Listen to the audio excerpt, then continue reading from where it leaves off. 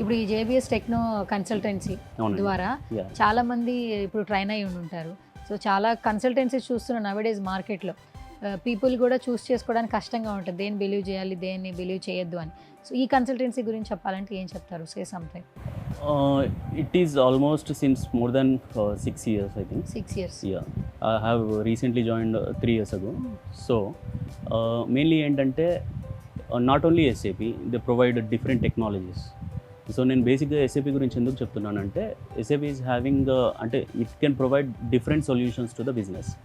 Any solution, ఇప్పుడు production planning అయి ఉండొచ్చు, ఒక బిజినెస్ సినారియో అర్థం చేసుకుంటే దాంట్లో ఎవ్రీ సొల్యూషన్, ప్రతి బిజినెస్ సినారియోకి సొల్యూషన్ ఇస్తుంది.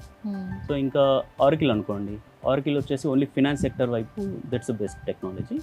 But coming to the SAP it can provide different sectors. And ఇంకొకటి, ఇందులో చాలా మాడ్యూల్స్ ఉంటాయి అని అంటారు. అంటే ఆ మాడ్యూల్స్ ఏ విధంగా ఉపయోగపడతాయి నేర్చుకోవడం వల్ల? ఏ జానర్లో ఉన్న వాళ్ళకి యూజ్ అవుతుంది? ఇందాక నేను సర్టిఫికేషన్స్ అని చెప్పాను కదా.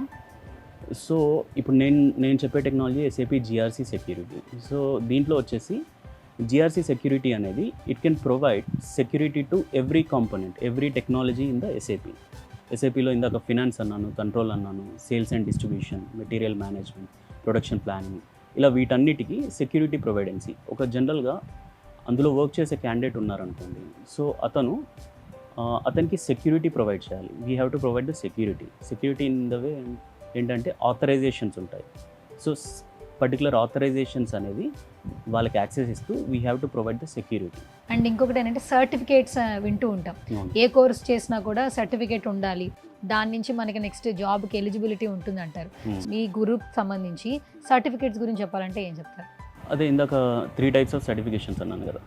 జనరల్గా అసోసియేట్ లెవెల్ ఆఫ్ సర్టిఫికేషన్ అంటే జనరల్గా fresher kind of knowledge. So they can get in to as a కంపెనీలోకి ఒక ఫ్రెషర్గా వెళ్ళొచ్చు. స్పెషలిస్ట్ అనుకోండి, ఒక 3+ years of experience they can get in to the software companies. అదే ప్రొఫెషనలిజం అనుకోండి, సో దే కెన్ అంటే ప్రొఫెషనలిజం ఏంటి అంటే not only SAP GRC security, they'll have different technologies ideology ఉంటుంది వాళ్ళకి. ఓకే. సో అది చాలా బెస్ట్ అండి, ప్రొఫెషనలిజం సర్టిఫికేట్ అనేది చాలా బెస్ట్.